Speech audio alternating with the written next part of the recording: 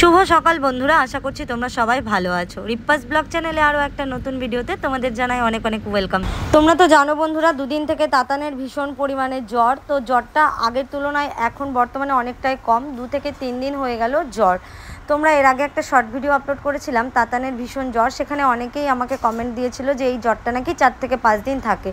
তো 3 দিন হচ্ছে জ্বরটা, আমি জানি না, এখন অবধি মোটামুটি কমই আছে জ্বরের পরিমাণটা। তবে 4-5 দিন যদি এরকমই থাকে তাহলে ভেবেছি ডক্টরের কাছে নিয়ে যাব। তো খুসখুস কাশিটা যেহেতু এখনও রয়েছে, তাই ওকে আমি সকালে ঘুম থেকে তোলবার পরে একটু দুধ খাইয়ে ওকে কাশির সিরাপটা খাইয়ে দিলাম। এর আগের ভিডিওতে আমি তাতানকে মেডিসিন দিয়ে জল দিয়েছিলাম, আর সেখানে তোমরা অনেকেই কমেন্ট করেছিলে যে দিদি ওষুধ খাইয়ে জল খাওয়াতে নেই। আসলে কি বলো তো, তাতান ওষুধ খাওয়ার পরে না সাথে সাথেই ভমিটিং করে। তো সে কারণে আমি ওষুধটা দিয়েই ওকে মুখে সাথে সাথে একটু জল দিয়ে দিই, তাতে ওর ভমিটিংটা আটকে যায়। এই একটু জল দেওয়ার কারণে পুরো ওষুধটা যদি পেটের ভেতরে থাকে, ভমিটিংটা যদি না হয়, তাহলে তো সেটাই বেটার না। একটু জল দিলে পুরো ওষুধটা পেটের ভেতরে থাকছে। এটা হচ্ছে তাতানের ডিসপেন্সারি। তাতানের যখন জ্বর সর্দি কাশি যখনই যেটা হয় না কেন, আগে আগে ওষুধ এনে খাওয়াতাম, বাট যখন ভালো হয়ে যেত এখানে একটা সেখানে একটা শিশি ছড়িয়ে থাকতো। তো সে কারণে আমি ওর এই বক্সটা একদম পার্মানেন্টলি ঠিক করে রেখেছি, আর ওর যত ওষুধপত্র সমস্ত এই বক্সের মধ্যে রেখে দিই। বর্তমানে এখন এটা হচ্ছে তাতানের ডিসপেন্সারি। তাতানের তো মোটামুটি খাবার খাওয়া মেডিসিন খাওয়া সব কিছু হয়ে গেছে। চলো এবার নিজের একটু ফ্রেশ হওয়া যাক। আজকের দিনটি ছিল বুধবার দিন, কাল হচ্ছে বৃহস্পতিবার, মানে 1 তারিখ। তো আমরা আজকের দিনেই এই পুরনো রুমটা ছেড়ে নতুন ঘরে বরাবরের মতো শিফট হয়ে যাচ্ছি। কেন কি বলো তো, বৃহস্পতিবার দিনটাই 1 তারিখ পড়েছে, আর বৃহস্পতিবারে নতুন ঘরে শিফট হতে নেই।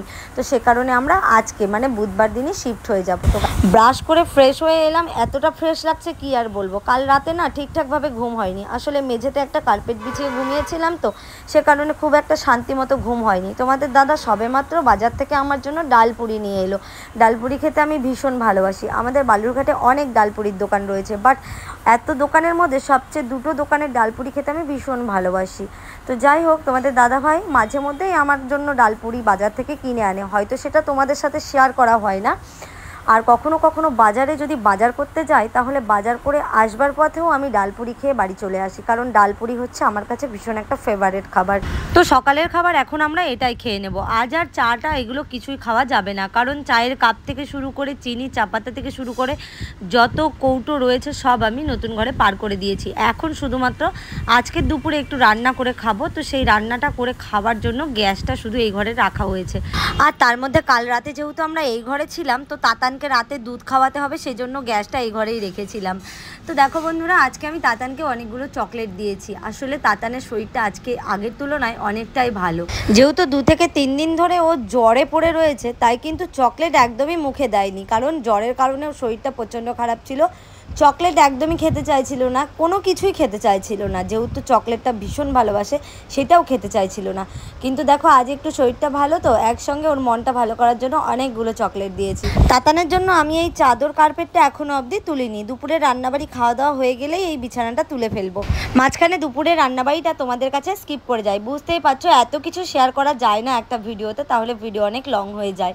তো এখন হচ্ছে আমরা দুপুরের খাওয়া দাওয়া করতে বসেছি। আজ দুপুরে আমি ঘরে রান্না করেছি মসুরির ডাল আর হচ্ছে সোয়াবিন। খাওয়া দাওয়া হয়ে গেলে এই ঘর থেকে গ্যাসটা খুলে নিয়ে চলে যাব আমার নতুন ঘরে। তো চলো খাওয়া দাওয়া সেরে তোমাদের সঙ্গে আবার দেখা হচ্ছে। তো দুপুরের খাওয়া দাওয়া শেষ করে গ্যাসটা আমার ও ঘরে ছিল, সেটা আমি এই ঘরে পার করে নিলাম।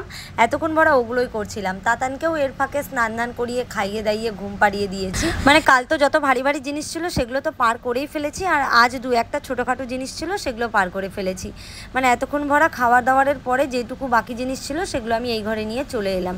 চিন্তা করছি যে ওই ঘর থেকে সমস্ত জিনিস তো এই ঘরে আনলাম, এখন এত জিনিস কখন গুছাবো, কবে গুছাবো, মাথায় আর কাজ করছে না। একটা জায়গা ভেঙে এনে আরেকটা জায়গায় গুছানো কিন্তু অনেক সময় লাগে। বুঝতেই পারছো, একটা সংসারে প্রচুর জিনিস থাকে। এই ঘরটা দেখে বুঝতে পারছো তো কেমন সমস্ত জিনিস ছড়িয়ে ছিটিয়ে রয়েছে। যাই হোক, এর ফাঁকে কিন্তু আমি স্নানটাও সেরে নিলাম। এখন আমি ধীরে ধীরে আমার এই ঘরটা গুছাবো।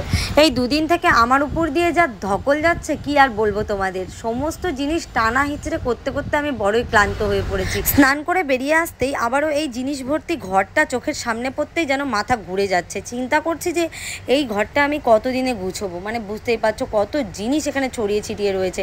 এই একটা আলমারি আমি এই ঘরে রেখেছি, আমার বেডরুমের পাশের রুম এটা, তো এই রুমে একটা আলমারি রেখেছি। এই আলমারিটা আমার গোছানো হয়ে গেছে। আর আমার বেডরুমে যে আলমারিটা আমি রেখেছি সেটা এখনও অবধি গুছিয়ে উঠতে পারিনি। শাড়িগুলো তো দেখতেই পাচ্ছ বিছানার উপরে সব পাল দিয়ে রেখেছি, জানি না কখন এগুলো আমি আলমারিতে তুলবো। স্নান করে এসে এত টায়ার্ড লাগছে, মনে হচ্ছে এখন বিছানা পেলেই আমার জীবন শান্তি। যে কোনো জিনিসই ভাঙতে একদমই সময় লাগে না, কিন্তু গড়তে কিন্তু অনেক সময় লাগে। ঠিক সেরকমই একটা সংসারের জিনিস ভেঙে আরেক ঘরে এনেছি, তো সেটা তো এখন গুছোতে অনেক সময় লাগবে।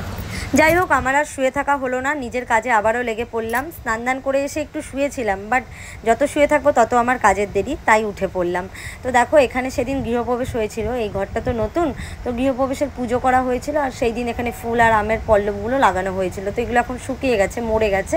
তাই ভাবলাম যে এগুলো খুলে একটা প্লাস্টিকে রেখে দিই, তোমাদের দাদাভাই যে কোনো একটা টাইমে গিয়ে জলে ফেলে দিয়ে আসবে। আর তাছাড়াও আমি এখানে একটা পর্দা লাগাবো, তো সে কারণে আরও এটা খুলে ফেললাম। এই পর্দাগুলো জানো তো, আমি যখন আগের ওই পুরনো ঘরটাতে এসে প্রথম ঢুকেছিলাম তখন এই পর্দাগুলো আমি কিনেছিলাম। আমি যখনই যেখানে গিয়ে নতুন করে শিফট হই তখনই সেখানে গিয়ে ঘরের পর্দা, জানালার পর্দা আবার নতুন নতুন করে এক সেট কিনি। তো দেখো, এখন আপাতত আমি এই পর্দাটাই আমি এই ঘরে লাগিয়ে। ঘর সাজাতে ভীষণ ভালোবাসি আমি, ভীষণ শৌখিন মানুষ, তো তাই হয়তো ভগবান নিজের ঘর বাড়ি দেয়নি। চলো এবার ধীরে ধীরে আমি এই আলমারিটা গুছিয়ে ফেলি। এই আলমারিটাতে আমার বেশিরভাগ আমার শাড়ি কাপড় আমি এগুলোই রেখে দিই। আর তোমাদের দাদাভাই আর তাতানের দু একটা জামা কাপড় থাকে, বেশিরভাগ আমার শাড়ি থাকে এই আলমারিতে। আমি যেহেতু ঘর সাজাতে ভীষণ ভালোবাসি, তাই আমি ভেবেছিলাম এই ঘরগুলোতে আমি আরও অনেক কিছু নিয়ে এসে রাখবো, কিন্তু আর হবে না। দেখো, এই ঘরটার মধ্যে আমার আলমারি, ফ্রিজ আর আমার একটা চৌকি রেখেই পুরো ঘরটাই ভরে গেছে। তবে হ্যাঁ, আমার একটা সুবিধাই হয়েছে, যেহেতু আমি ওখানে আগে একটা রুমে থাকতাম আর এখন আমি এখানে দুটো রুম পেয়েছি, তো এই দুটো রুমে আমার অনেকটাই সুবিধে, সেপারেশন করা রয়েছে, তো সেই কারণেই আর কি আমার এই রুমগুলো নেওয়া। বলতে পারো একটা সময় আমার কাছে ঘরের সমস্ত জিনিস ছিল, ঘরের সমস্ত ফার্নিচার ছিল, কিন্তু যেহেতু আমার নিজের মাথার ছাদ নেই, তাই সেই সমস্ত জিনিসগুলোকে রাখার অভাবে আমি লোকের কাছে সামান্য কিছু টাকার বিনিময়ে সেগুলো ছেড়ে দিই। আমার এমন অনেক শখের জিনিস আমার নিজের চোখের সামনে একে একে আমি শেষ হয়ে যেতে দেখেছি। মাঝে মাঝে মনে হয় ভিখারির ঘরে জন্ম নিলে বুঝি জীবনটা আরও অনেকটা শান্তি পেত আমার। কেন কি বলো তো, এই অস্বস্তিকর জীবন আর আমার ভালো লাগে না। মনে হয় এই অস্বস্তিকর জীবন থেকে কবে মুক্তি পাবো, কবে ভগবান আমায় এই অস্বস্তিকর জীবন থেকে টেনে নেবে। টাকা বলো, পয়সা বলো, বাড়ি বলো, গাড়ি বলো, কোনো জিনিসের উপর নেই লোভ, নেই আমার লালসা। জীবনে বেঁচে থাকতে গেলে ভগবানের কাছে শুধু এতটুকুই চাওয়া আমি চেয়ে এসেছি, সেটা হচ্ছে আমার নিজের মাথার ছাদ। এই নিজের মাথার ছাদটা নেই বলে আজকে আমাকে কার না কার কাছে অপমানিত হতে হয়েছে। সেটা আর কেউই না, আমি আমার নিজের লোকের কাছে প্রত্যেকটা পদক্ষেপে, প্রত্যেকটা পদে পদে অপমানিত হয়েছি। শুধুমাত্র আমার এই নিজের মাথার ছাদটা নেই বলে দিনের পর দিন আমি লোকের দরজায় দরজায় অপমানিত হয়েছি। যার যখন যেভাবে খুশি আমাকে ব্যবহার করেছে, যার যখন যেমন প্রয়োজন হয়েছে আমাকে নিজের স্বার্থের জন্য তারা তাদের স্বার্থ মিটিয়েছে, কিন্তু আজকে যাদের জন্য এতটা ভেবেছি তারাই আজ আমায় পর করে দিয়েছে। আমার এমন ধরনের কথা শুনে তোমরা ভাবতেই পারো, তোমরা বলতেই পারো যে দিদি এমন ধরনের কথা কেন বলছে। আসলে কি বলো তো, যখন তুমি কোনো মানুষকে খুব বেশি ভালোবাসবে না, তখন তার কাছ থেকে যখন তুমি আঘাত পাবে, তখন সেই আঘাতে তোমার মুখ থেকে এমন ধরনেরই কথা বেরোবে। দেখবে তুমি যখন বাইরের কোনো লোকের কাছ থেকে আঘাত পাবে সেটা কিন্তু তোমার আঘাত মনে হবে না, কিন্তু যখন তুমি নিজের লোকের কাছ থেকে আঘাত পাবে, ব্যথা পাবে, সেই আঘাত ব্যথা জীবনে ভোলার হয় না। আজ আমার এমন পরিস্থিতির জন্য এমন কিছু মানুষ দায়ী যাদের আমি কখনোই এই ভিডিওতে তোমাদের কাছে মানে আনতেও পারবো না, কখনো তাদের নামও নিতে পারবো না। মানে আমি এতটাই ঘৃণা করি তাদের, যাদের জন্য আজ আমার এই পরিস্থিতি, যাদের জন্য আজকে আমি এই রকম একটা পজিশনে পড়ে রয়েছি। আজ কবে আমি নিজের একটা মাথার ছাদ তৈরি করে নিতে পারতাম। কথাই তো আছে, কারো উপকার করলে ঠিক তার প্রতিদান একদিন পাওয়া যায়। তো আমিও কারো উপকার করেছি, তো তাই আজকে তার প্রতিদান পাচ্ছি।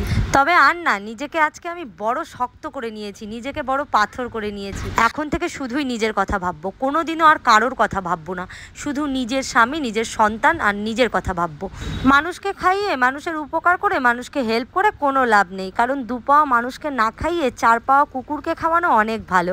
কারণ দেখবে দুপাওয়া মানুষের থেকে সেই চার পাওয়া কুকুর একদিন ঠিক তোমার পোষ মেনে যাবে। আসলে কি বলতো, এগুলো করতে করতে না আমি একদম শিখে গেছি, তার জন্য আজকে আমার মুখ থেকে এই কথাগুলো বেরোচ্ছে। প্রথম জীবনে অনেক ঠকেছি, তারপর আবার কি হতো জানো, ঠকে গিয়েও আবার সেই সমস্ত জিনিস আমি ভুলে যেতাম। কিন্তু না, সেই ভুল আর জীবনে কখনো করব না। নিজের স্বামী নিজের সন্তানকে নিয়ে নিজের মতন করে বাঁচবো, নিজের মতন করে চলবো, নিজের মতন করে থাকবো। এই 5 বছর 6 বছর থেকে যদি তোমাদের রিপ্পাদি শুধুই নিজের কথা ভাবতো, তাহলে আজকে তোমাদের রিপ্পাদির নিজের মাথার ছাদ হয়ে যেত। তাহলে আর লোকের বাড়িতে তোমাদের রিপ্পাদি ভাড়া থাকতো না। আসলে জীবনে তো কখনো বাড়ি ঘর গাড়ি বাড়ি টাকা পয়সা এগুলো নিয়ে স্বপ্ন দেখিনি। আমরা তো ভালোবাসার কাঙ্গাল, তাই প্রত্যেকটা পদে পদে আমরা ঠকে যাই, প্রত্যেকটা পদে পদে আমরা হেনস্থা হই। অনেকেই বলে, কমেন্ট বক্সে অনেক ধরনের কমেন্টস আসে যে তুমি কেন গরিব মানুষদের পাশে গিয়ে দাঁড়াতে পারো না, গরিব মানুষকে খাওয়াতে পারো না। আজকালকার দিনে এমন মানুষ খুব কমই দেখা যায় যে মানুষের উপকার করবে সেই মানুষ তোমাকে পরক্ষণে মনে রাখবে। আমি জানি না কোনটা ঠিক কোনটা ভুল, তবে আমার যেটা মনে হয় আমি সেটাই তোমাদের কাছে শেয়ার করি। কে আমাকে কি ভাবলো, কে আমাকে কতটা খারাপ ভাবলো, কে আমাকে কি মনে করলো, তাতে আমার কিচ্ছু যায় আসে না। কারণ আমি নিজের কাছে নিজে স্বচ্ছ, আমি নিজের কাছে নিজে ঠিক। তাই কে আমাকে কতটা খারাপ ভাবলো, কে আমাকে নিয়ে কি সমালোচনা করলো, তাতে আমার কিচ্ছু যায় আসে না। কারণ এটা আমি খুব ভালো করে জানি যে আজকে যারা আমাকে নিয়ে সমালোচনা করবে, কালকে তারাই আবার আমাকে কপি করবে। এই 5 বছরের সংসার জীবনে অনেক কিছু শিখে গেছি। মানুষকে যেমন ভালোবাসতে শিখেছি, ঠিক ততটাই মানুষকে আবার ঘৃণাও করতে শিখেছি। একটা ভালোবাসার মানুষকে আরেকটা ভালোবাসার মানুষ ঠিক কখন ঘৃণা করতে পারে, এটা তোমরা ঠিক বুঝতেই পারছো। আমার জীবনেও এরকম অনেক আপন এবং ভালোবাসার মানুষ ছিল, কিন্তু তাদের আজ আমি ঘৃণা করি। চলো গাইস, এতক্ষণ অনেক বক বক করলাম, এবার তোমাদের দেখিয়ে দিই আলমারিটা কত সুন্দর করে আমি গুছিয়ে নিয়েছি। এতক্ষণ তো অনেক বক বক করলাম, কিন্তু তার ফাঁকে কতগুলো কাজও করলাম, তোমরাই বলো। আলমারিটা সুন্দর করে গুছোলাম, বিছানাটাকে পরিষ্কার করলাম, পুরো ঘরটা ঝাড়ু দিলাম। এই আলমারি জুড়ে বেশিরভাগই আমার শাড়ি, তোমরা তো দেখতেই পাচ্ছ, এগুলো সব হচ্ছে আমার শাড়ি। আর তাছাড়াও এই আলমারিতে আমার দুটো পছন্দের টেডি থাকে। এখানে 2-4টে জামা কাপড় তাতানের তোমাদের দাদাভাইয়েরও রয়েছে। আর একটা দিকে দেখছো তোমরা, ওই ইয়েলো কালারের টেডিটা তোমাদের দাদাভাই আমায় গিফট করেছিল। তো ভীষণ সুন্দর এবং আমার পছন্দের একটা টেডি, তাই আমি ওটাকে বাইরে রাখি না, যাতে ধুলো ভরে নোংরা না হয়ে যায়। আর এই যে আলমারির মাথার উপরে দেখতে পাচ্ছ, দুটো টেডিকে আমি তুলে রেখেছি। আমার কিন্তু আরও বড় বড় দুটো টেডি রয়েছে, সেগুলোকে আমি টলি ব্যাগের মধ্যে ঢুকিয়ে রেখেছি। আসলে এই টেডিগুলোকে আমি বাইরে একদমই বের করে রাখি না, নোংরা হয়ে যায়, ধুলো পড়ে। তো তার জন্য আমি কোনো টেডি আলমারিতে, কোনো টেডি টলি ব্যাগে এরকম করে করে ঢুকিয়ে রেখেছি। এতক্ষণ মারা গুছোতে আর কাজ করতে করতে পুরো গলা যেন আমার শুকিয়ে গেছে, তাই ফ্রিজ থেকে একটু ঠান্ডা জল বের করে খেয়ে নিলাম। ফ্রিজের ঠান্ডা ডাইরেক্ট জল খেলে আমার অনেক সময় কাশি হয় এবং গলার প্রবলেম হয়, তো সে কারণে সব সময় খাই না, বাট মাঝে মধ্যে ডাইরেক্ট জলটা বের করে খেয়ে নিই। তো চলো বন্ধুরা, আজকের ভিডিওটা আমি আর টেনে নিয়ে যাচ্ছি না। এখন আমি চলে এলাম রান্নাঘরে, আর রান্নাঘরে এসে আমার আরও মাথা খারাপ হয়ে যাচ্ছে, মানে পুরো রান্নাঘরের অবস্থা যা ইচ্ছে তাই। যাই হোক, এই রান্নাঘরটা আরেকদিন ভালো করে সাজিয়ে গুছিয়ে তোমাদের সাথে আবার নতুন একটা ভিডিও শেয়ার করব। তাহলে চলো, দেখা হচ্ছে পরের ভিডিওতে নতুন ব্লগ নিয়ে। ততক্ষণ তোমরা সবাই ভালো থেকো।